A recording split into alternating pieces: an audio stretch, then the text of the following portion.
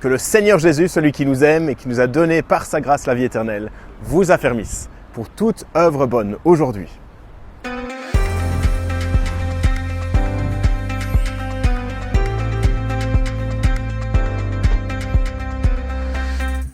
L'apôtre Paul, lorsqu'il écrit aux Thessaloniciens, il les encourage à progresser dans la foi. Et voici une manière pour nous de grandir aujourd'hui à travers la prière pour nous, pour ceux qui œuvrent. Cette semaine, nous remercions l'Institut biblique pour leur partenariat avec l'église Emmanuel Etterbeek, ici à Bruxelles, qui organise une semaine d'événements pour partager la bonne nouvelle de Jésus-Christ autour de nous. Alors comment nous soutenir? Eh bien en priant. C'est ce que Paul demande à l'église de Thessalonique, une jeune église, des croyants sincères qui avaient reçu l'évangile dans des conditions difficiles, de la persécution.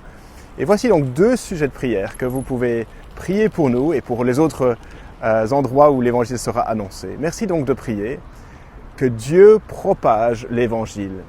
Voici Paul qui dit ceci. Maintenant donc, frères et sœurs, priez pour nous afin que la parole du Seigneur se propage et soit honorée comme elle l'est chez vous. Que la parole du Seigneur puisse se répandre, littéralement qu'elle court.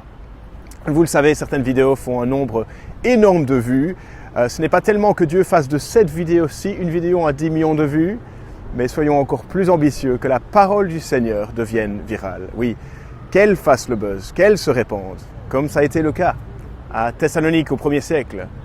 Lorsque l'évangile a été annoncé chez eux, ils se sont tournés vers Dieu en abandonnant les idoles pour servir le Dieu vivant et vrai et pour attendre du ciel son Fils Jésus, celui qui nous délivre de la colère à venir.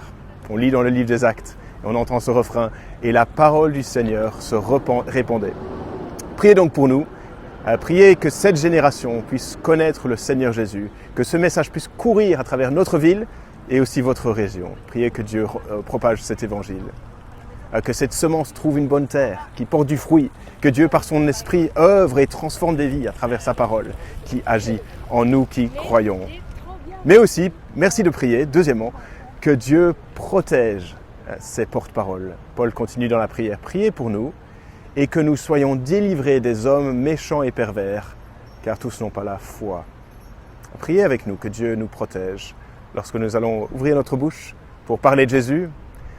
On ne s'attend pas à ce qu'il n'y ait aucune souffrance, mais priez avec nous que Dieu nous aide dans cette tâche, que Dieu renouvelle nos forces, que nous soyons fortifiés plutôt que courbés et découragés, que Dieu place une forteresse autour de ses enfants. Car oui, nous ne vivons pas dans un monde où tous croient, où tous sont très heureux d'entendre parler de Jésus comme unique Seigneur et Sauveur. Les chrétiens à Thessalonique étaient familiers avec cette persécution. Paul avait été éjecté de leur ville après quelques semaines seulement. Priez donc que Dieu protège ses porte-paroles. Merci pour votre soutien.